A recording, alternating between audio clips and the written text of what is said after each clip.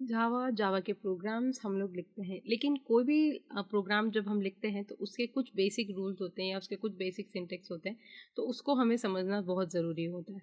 So hello everybody, welcome to W S Cube Tech. हमने previous lecture में Java का एक सिंपल सा प्रोग्राम लिखा था, हमने उसका इंस्टॉलेशन सीखा था, प्लस हमने उसके साथ साथ उसका दूसरा एक सिंपल सा प्रोग्राम बनाना भी सीखा था। अब जब आप प्रोग्राम बनाते हैं तो definitely there are few things जो हमने लिखी थी और वो फर्स्ट टाइम पे आपको नहीं समझ में आती कि ये सब हमने लिखा क्या है। तो आज उस सारे प्रोग्राम्स को एक बार अच्छे से देखेंगे कि हमने लिखा क्या है, क्या हर एक स्टेटमेंट की क्या सिग्निफिकेंस है, उसकी क्या इंपॉर्टेंस है। तो लेट्स जस्ट स्टार्ट। एक बार पहले क्विकली हमारा प्रोग्राम देख लेते हैं कि हमने प्रोग्राम लिखा क्या था। तो मैं जब अपना प्रोग्राम देखती तो मैंने यहाँ पे एक चीज़ लिखी थी, that is my class which is first. और उसके अंदर मैंने एक मेथड बनाया था which is public static void main, और उसके अंदर मैंने string arguments as a parameter pass किया और मैंने लिखा था system dot out dot println and hello world welcome to the Java class. तो ये सारे बेसिक्स कमांड्स हमने लिखे थे। एक छोटा सा कोड है, बहुत ज़्यादा हमने इम्प्लीमेंटेशन डाला भी नहीं है। जब मैंने इसको रन किया था तो हमने इसको कैसे रन किया था एक बार वो देखते हैं। ओके, अब जब आप इस पर्टिकुलर सेट में जाते हैं तो यहाँ पे हमने लिखा था जावा सी। अब आपकी फाइल का नाम क्या था? हमारी फाइल का नाम था फर्स्ट डॉट जावा। तो आप लिखोगे FIRST डॉट। जब आप एंटर करेंगे it will wait for some second because definitely, और फिर आप लिखेंगे Java and the answer is on the screen. ये एक हमने सिंपल सा प्रोग्राम जब हमने इंस्टॉलेशन किया था उसके बाद हमने चेक किया था। अब इस प्रोग्राम के जो बेसिक पार्ट्स हैं हम लोग वो देख लेते हैं। तो जो हमारा फर्स्ट जावा होता है, जो फर्स्ट पार्ट सबसे इंपॉर्टेंट होता है वो होता है क्लास। तो class is the basic unit of encapsulation and it contains all the code. जब हम ऊप्स के प्रोग्रामिंग पढ़ते हैं तो जो हमारा फर्स्ट कंसेप्ट होता है, जो मेजर कंसेप्ट होता है, जिसको हम बोलते हैं इनकैप्सुलेशन। सो इनकैप्सुलेशन एक बेसिकली ऐसा पार्ट होता है, इसको आप कैप्सूल के जैसे समझ सकते हैं कि कैप्सूल के अंदर बहुत सारे डिफरेंट डिफरेंट जो कंपाउंड्स होते हैं वो एक डिफरेंट फॉर्मेट में वो अपने फॉर्म में होते हैं and they are just quoted inside, right. उसको हम अंदर रखते हैं वो। सिमिलरली आप इनकैप्सुलेशन की जब बात करते हैं तो आपके डिफरेंट डिफरेंट डेटा मेंबर्स हो गए या कुछ वेरिएबल्स हो गए, और उन वेरिएबल्स को ऊपर कोई ऑपरेशंस परफॉर्म करना है या कोई मेथड परफॉर्म करना है और हम उनको एक साथ रखते हैं, उनको एक कंबाइंड फॉर्म में रखते हैं, तो हम वहाँ पे क्लास का यूज़ करते हैं। तो क्लास जो होता है is basically simplest unit of encapsulation. इसको हम बहुत इनकैप्सुलेशन के टर्म्स में यूज़ करते हैं, और इसको डिफाइन करने के लिए आपको जो कीवर्ड यूज़ करना पड़ता है तो वो क्लास होता है। So this means that this is your class and first is the class name. तो ये आपके क्लास को डिफाइन करती है। सिमिलरली द नेक्स्ट एग्जाम्पल होता है the keyword public is the access specifier. Now access specifier का मतलब क्या होता है? सी, हमने कुछ प्रोग्राम लिखा है तो डेफिनेटली उसको बाहर कैसे एक्सेस होगा, क्योंकि आपने यहाँ पे कुछ भी इनिशिएशन नहीं किया, आपने कंपाइल किया और कंपाइल करके जब आपने अपने प्रोग्राम को रन किया तो आपका कुछ पोर्शन एक्सेस होता है, कुछ पोर्शन एक्सेस नहीं होता है। आपको स्क्रीन पे काफ़ी सारी चीज़ें दिखती है, तो वो स्क्रीन पे क्या होता है और वो जावा आप उसको कैसे एक्सेस करते हैं। तो यहाँ पे हमारे पास कुछ एक्सेस स्पेसिफायर्स होते हैं जिसको हम विजिबिलिटी स्पेसिफायर्स भी कहते हैं।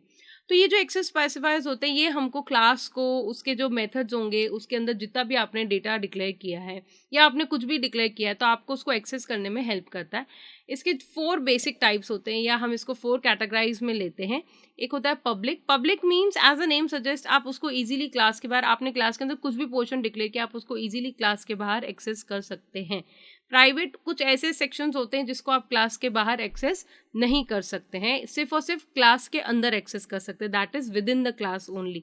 Protected can be access again within the class, और जो उसकी इमीडिएट सब क्लासेस होती है उसमें भी हम इसको एक्सटेंड या एक्सेस कर सकते हैं। ना जो हमारा डिफ़ॉल्ट होता है, अगर आपने कोई भी स्पेसिफाई नहीं किया है, कुछ भी नहीं स्पेसिफाई किया है, तो वो डिफ़ॉल्ट एक्सेस कहलाता है, और ये विद इन द पैकेज आप उसको कहीं पे भी एक्सेस कर सकते हैं wherever the class is defined होती है। ये बहुत सारे डिफरेंट डिफरेंट टर्म्स होते हैं। अब ये सारे जो टर्म्स होते हैं इसको हम कहाँ और कैसे यूज़ करते हैं वो हम कमिंग लेक्चर्स में देखेंगे, क्योंकि स्टेप बाय स्टेप प्रोसेस होता है और आप उसको वर्ड बाय वर्ड यूज़ भी करके देखेंगे और तब आपको समझ में आएगा कि अच्छा इसका यूजेबिलिटी ऐसे होती है, इसकी यूजेबिलिटी ऐसे होती है। जो हमारा नेक्स्ट लाइन है वो है पब्लिक स्टैटिक वॉइड मेन, और एक बड़ा सा स्टेटमेंट है।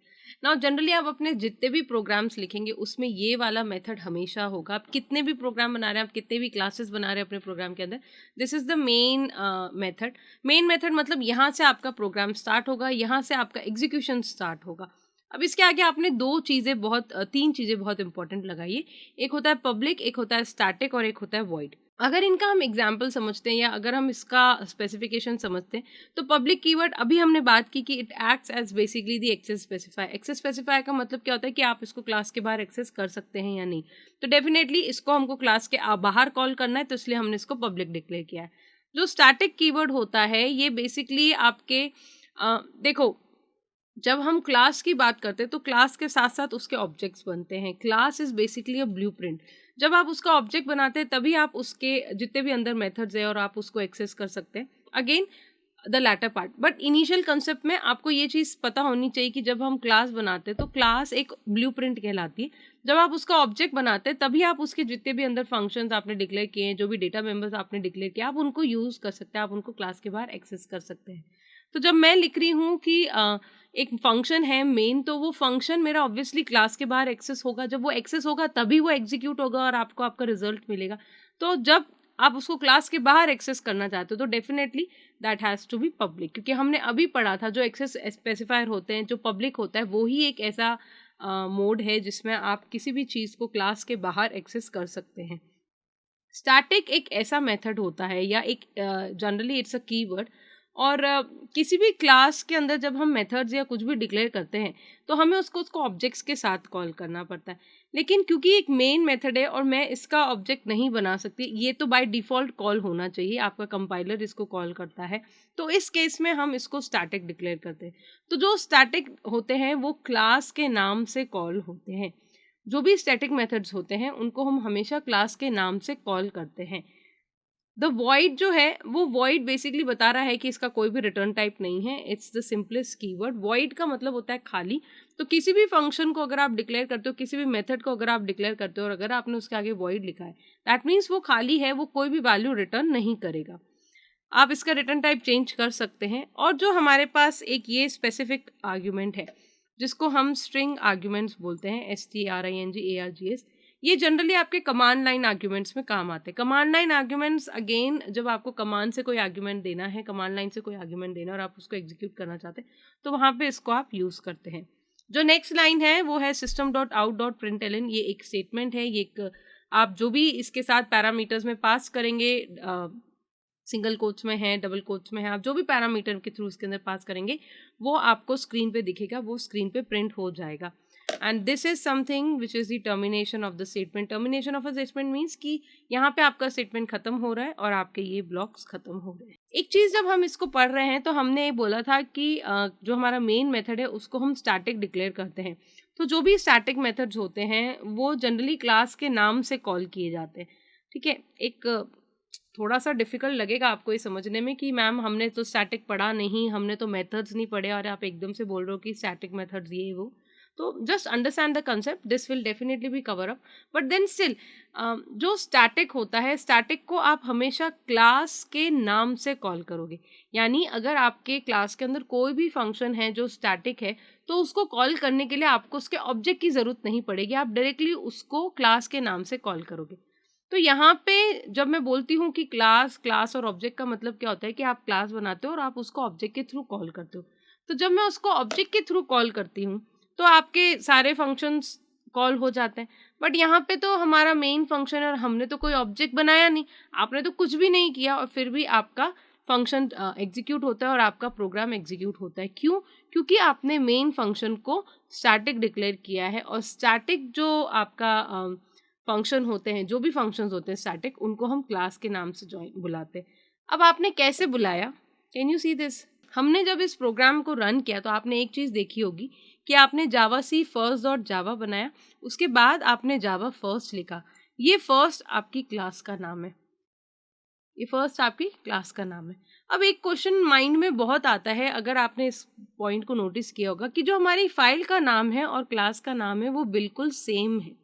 जो हमारी फाइल का नाम है और क्लास का नाम बिल्कुल सेम है, दैट इज फर्स्ट डॉट जावा, और क्लास का नाम फर्स्ट है। अगर मैं ये चीज़ चेंज कर देती हूँ तो क्या इसका इम्पैक्ट पड़ता है क्या? लेट्स सपोज मैं इसको फर्स्ट से चेंज करके सैम्पल लिख देती हूँ। ठीक है, आपने इसको सैम्पल लिखा। अब आप यहाँ पे कुछ और भी चेंज कर दो, हेलो वेलकम टू, ओके, मैंने एक ये स्टेटमेंट लिख दिया। क्विकली रन करते हैं। देखो जावा सी, क्योंकि मेरी फाइल का नाम है फर्स्ट डॉट जावा, मैं लिखूंगी तो लेट्स सी कोई एरर आती है क्या? कोई अभी तक हम कर रहे थे क्लास का नाम, मैं लिख रही थी जावा फर्स्ट, FIRST में लिखती हूँ, तो क्या आया? अगर आप इस पर्टिकुलर टेक्स्ट को और आप इस कोड को कंपेयर करोगे तो they are totally different, right? ये आपको आपका प्रीवियस आउटपुट ही दिखा रहा है। तो अगर मुझे करंट आउटपुट देखना है तो मैं क्या करूँगी, मैं लिखूँगी जावा और मेरी क्लास का नाम, और मेरी क्लास का नाम क्या है, sample.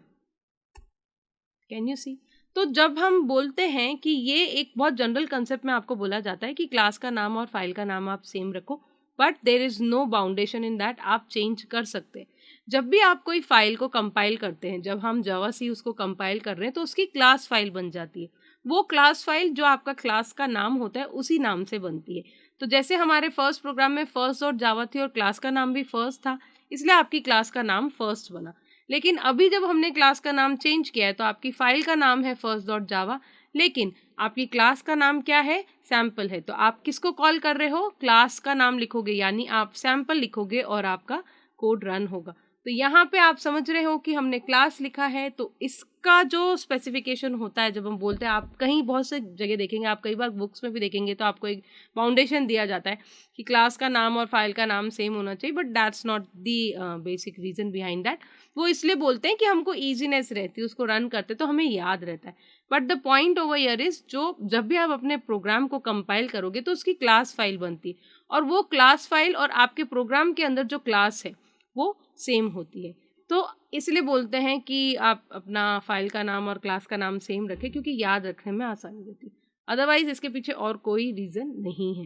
You can try it on your own, आप इस चीज़ को ट्राई कर सकते हो। आप क्लास का नाम अलग दो, फाइल का नाम अलग दो, लेकिन जब आप एग्जीक्यूट करोगे तब आप जावा और क्लास का नाम से कॉल करोगे, आप फाइल नेम से कॉल नहीं करते हो। तो that is the reason behind. यही सारे रीज़न है जब हम मेन फंक्शन को हमने स्टैटिक वॉइड मेन भी डिक्लेयर किया है। क्यों? क्योंकि स्टैटिक है, बिना ऑब्जेक्ट के आपको कॉल करना है, क्लास के नाम से आपको कॉल करना है। तो जब आप यहाँ क्लास का नाम लिखते हैं तो ऑटोमेटिक ये फंक्शन कॉल होता है और आपका कोड एग्जीक्यूट होता है। So this is the reason behind हम बोलते हैं कि यहाँ पे हमको क्लास का नाम लिखना होता है। सो येस, एक बार इसको क्विकली रिवाइज करेंगे, देखेंगे कि क्या है ये functionality, and see you in the next lecture with yet another interesting topic. Till then, please keep learning, and thank you everybody.